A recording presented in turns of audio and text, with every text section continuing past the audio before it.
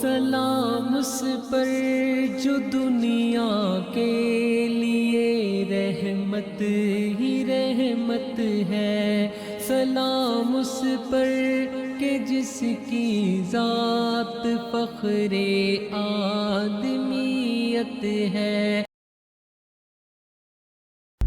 پیارے بچوں، جب مشرکین مکہ نے دیکھا کہ ان کا کوئی بھی حربہ کامیاب نہیں ہو رہا تو انہوں نے ایک اور ترکیب سوچی۔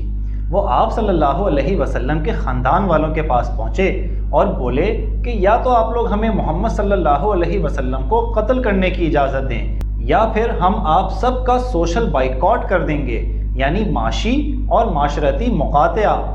بہت مشکل لفظ ہے نا؟ چلیں یہ تو ہم آپ کو سمجھا ہی دیں گے، لیکن اس کا عمل درآمد آپ صلی اللہ علیہ وسلم کے خاندان کے لیے اس سے بھی کہیں زیادہ مشکل تھا۔ مقاطعے کا مطلب ہوتا ہے تعلق توڑ دینا، نہ بات چیت کرنا، نہ ملنا جلنا، نہ خرید و فروخت کرنا، نہ ان کی مدد کرنا، بلکہ ہر طرح سے الگ کر دینا۔ اب انسان تو اس طرح رہ نہیں سکتا، کیونکہ اللہ تعالیٰ نے ہر کسی کو الگ الگ طرح کی صلاحیتوں اور مزاج سے نوازا ہے۔ جو جانور پالتا ہے اس سے ہم دودھ اور گوشت لیتے ہیں، جو کھیتی باڑی کرتا ہے اس سے پھل، سبزیاں، آٹا، دال، چاول لیتے ہیں، کسی سے لکڑی، کسی سے لوہے کا کام، کوئی نائی ہوتا ہے تو کوئی موچی ہوتا ہے۔ اسی طرح ہم یا ہمارے بڑے بھی کوئی مخصوص کام کرتے ہیں اور اپنی خدمات دوسروں کو دے کر ان کی خدمات حاصل کرتے ہیں، اور یوں سارا معاشرہ تشکیل پاتا ہے۔ اسلام نے ہمیں معاشرے کے حقوق بھی سکھائے ہیں، جس میں تعلیم، صحت، روزگار، تجارت، عدالت، سیاست اور بہت کچھ آتا ہے۔ لیکن ہم یہاں بات کریں گے دین اسلام کو قائم کرنے کی، یعنی ہر نظام اللہ اور رسول صلی اللہ علیہ وسلم کی تعلیمات کا پابند ہو۔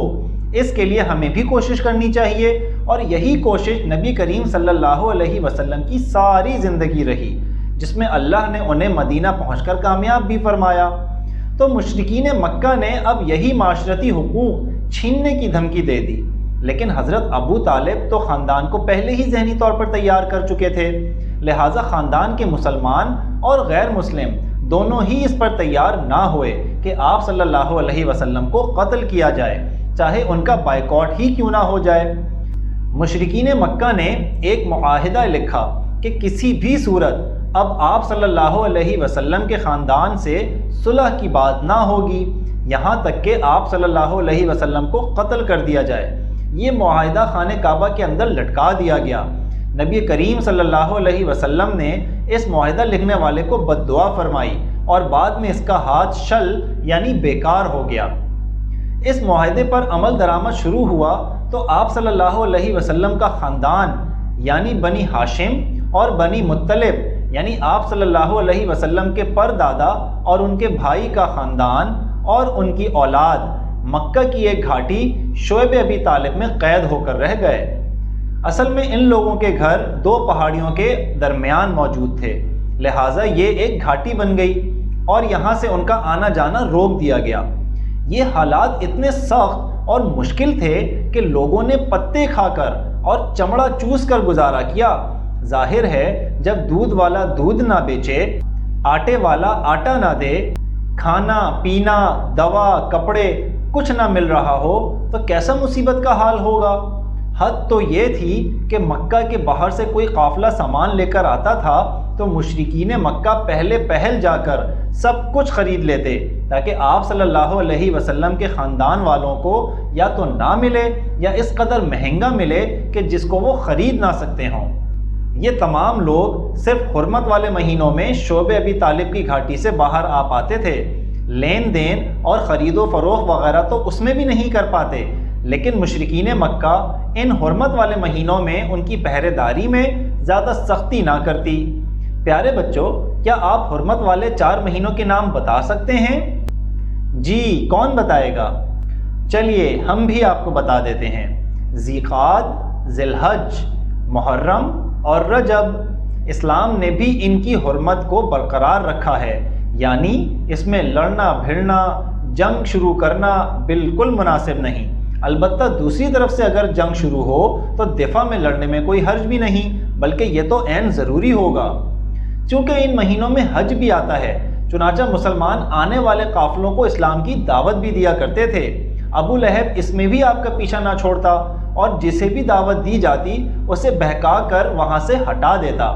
آل مطلب میں صرف وہی تھا جس نے خاندان کا ساتھ دینے کے بجائے ان کی مخالفت کی اور بائیکاٹ کی زد میں نہیں آیا۔ اس گھاٹی میں یہ لوگ 1-2 ماہ نہیں، 1-2 سال بھی نہیں، بلکہ پورے 3 سال تک قید رہے۔ بھوک کا یہ عالم ہوتا تھا کہ عورتوں اور بچوں کی رونے اور چیخنے کی آوازیں گونجا کرتی، مگر اس شدید مشکل میں بھی آپ صلی اللہ علیہ وسلم کا خاندان آپ صلی اللہ علیہ وسلم کو مشرکین کے حوالے کرنے کے لیے تیار نہ ہوا۔ آپ صلی اللہ علیہ وسلم کی شخصیت اور کردار تھا ہی ایسا۔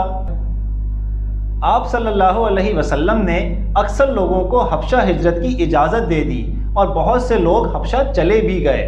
حضرت ابو طالب کو آپ صلی اللہ علیہ وسلم کی اتنی فکر رہتی کہ سوتے وقت تو آپ صلی اللہ علیہ وسلم کو ان کی جگہ پر ہی لٹاتے تاکہ سب دیکھ لیں، لیکن لوگوں کے سونے کے بعد آپ صلی اللہ علیہ وسلم کی جگہ تبدیل کر کے وہاں کسی اور کو لٹا دیتے کہ اگر کوئی حملہ کرے تو آپ صلی اللہ علیہ وسلم کو نقصان نہ پہنچے۔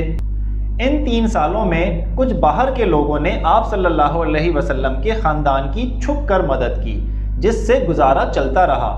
ان میں حضرت عمر رضی اللہ تعالیٰ عنہ کے بیٹے حشام تھے، جو اونٹوں پر سامان کو کپڑے میں چھپا کر باندھ لیتے اور رات کے وقت وہاں پہنچا دیتے۔ اسی طرح حضرت خدیجہ رضی اللہ تعالیٰ عنہ کا بھتیجا گیہوں وغیرہ چھپا کر پہنچا دیتا۔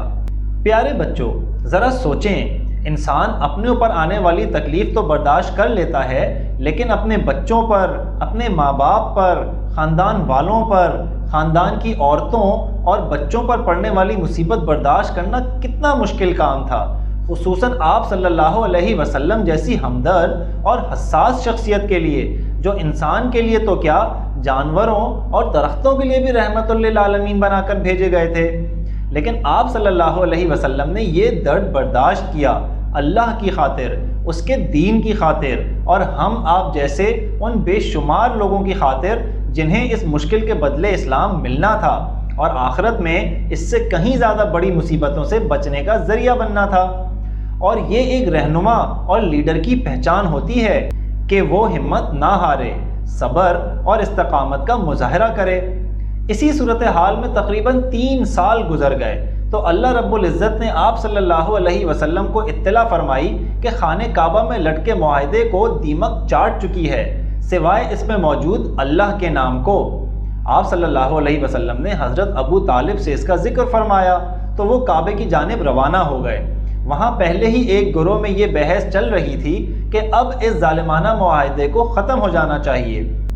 ابو جہل نے اس کی مخالفت تو کی، مگر 4-5 افراد پہلے ہی پلاننگ کیے ہوئے بیٹھے تھے کہ اس موقف پر ایک دوسرے کا ساتھ دیں گے، لہٰذا ابو جہل بھی سمجھ گیا کہ اب اس کی نہیں چلے گی۔ ایسے میں حضرت ابو طالب وہاں پہنچ گئے اور فرمایا کہ حضور نے معاہدے کے متعلق یہ بات فرمائی ہے، اگر یہ سچ ہو تو ہمارا بائیکاٹ ختم کر دو، ورنہ ہم انہیں تمہارے حوالے کر دیں گے۔ اللہ اللہ، کس قدر بھروسہ تھا حضرت ابو طالب کو آپ صلی اللہ علیہ وسلم کی بات پر۔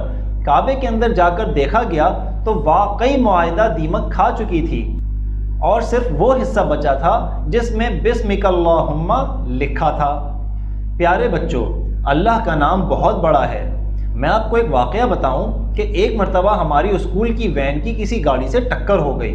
اس گاڑی کے سامنے کا شیشہ چکنا چور ہو گیا، بس ایک کونے پر اللہ اور دوسرے کونے پر محمد لکھا تھا، وہ معجزاتی طور پر بچ گیا۔ یہ میرا آنکھوں دیکھا واقعہ ہے۔ تو بچوں، اب ہم سب مل کر اللہ کی بڑائی بیان کریں گے۔ کیسے؟ ہم آپ کو پڑھاتے ہیں۔ اللہ اکبر، اللہ اکبر، لا الہ الا اللہ، واللہ اکبر، اللہ اکبر، وللہ الحمد۔ کسی کو یاد آ رہا ہے کہ یہ ہم کس وقت پڑھتے ہیں؟ جی بالکل صحیح، عید پر پڑھتے ہیں۔ میٹھی عید یعنی عید الفطر میں آہستہ آواز میں، اور نمکین عید یعنی بقرہ عید پر بلند آواز سے۔ تو بچوں، یوں یہ کاغذ، یہ معاہدہ اور یہ مقاطعہ ختم ہو گیا۔ آپ صلی اللہ علیہ وسلم کی کاغذ کے بارے میں درست معلومات دیکھ کر بھی مشرکین کی ہٹ دھرمی دور نہ ہوئی کہ آپ صلی اللہ علیہ وسلم پر ایمان لاتے، وہ ویسے ہی آپ کی دشمنی پر لگے رہے۔ پیارے بچوں، یہاں بھی ہم نے ایک حسن ترتیب نوٹ کی ہے، جیسا نبوت سے پہلے کے سالوں میں آپ کو بتائی تھی۔ چلیے ہم آپ کو دوبارہ بتاتے ہیں۔ نبی کریم صلی اللہ علیہ وسلم کے 3 سال غار حرا میں ریاضت، پھر 3 سال خفیہ تبلیغ، پھر 3 ہی سال کھلم کھلا تبلیغ اور مظالم کی انتہا، پھر 3 سال مقاطعہ یا بائیکاٹ میں گزارے، پھر تقریباً 3 ہی سال مکہ سے باہر والوں کو بھی تبلیغ کی اور اگلے سال ہجرت فرمائی۔ ان 3 سالوں میں کچھ ماہ اوپر یا نیچے ہو سکتے ہیں، لیکن اس طرح سے آپ کو انشاءاللہ تعالی یہ تمام ترتیب اور واقعات یاد رکھنے میں آسانی ہوگی۔ سلام اس پر جو دنیا کے لیے رحمت ہی رحمت ہے، سلام اس پر کہ جس کی ذات فخر آدمیت ہے۔